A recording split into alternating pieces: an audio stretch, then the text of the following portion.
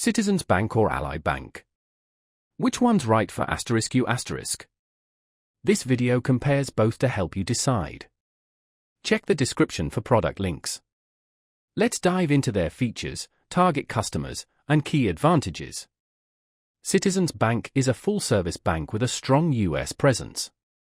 They offer checking, savings, loans, mortgages, and student loan refinancing for individuals and small businesses.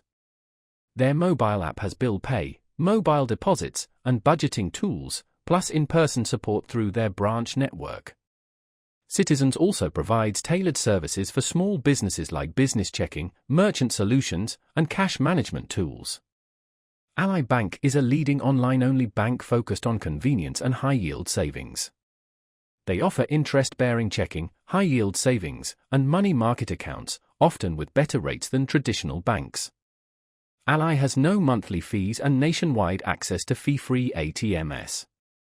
Their app includes mobile deposits, automated savings, and round-up savings. Ally also offers auto loans, investing platforms, and home loans.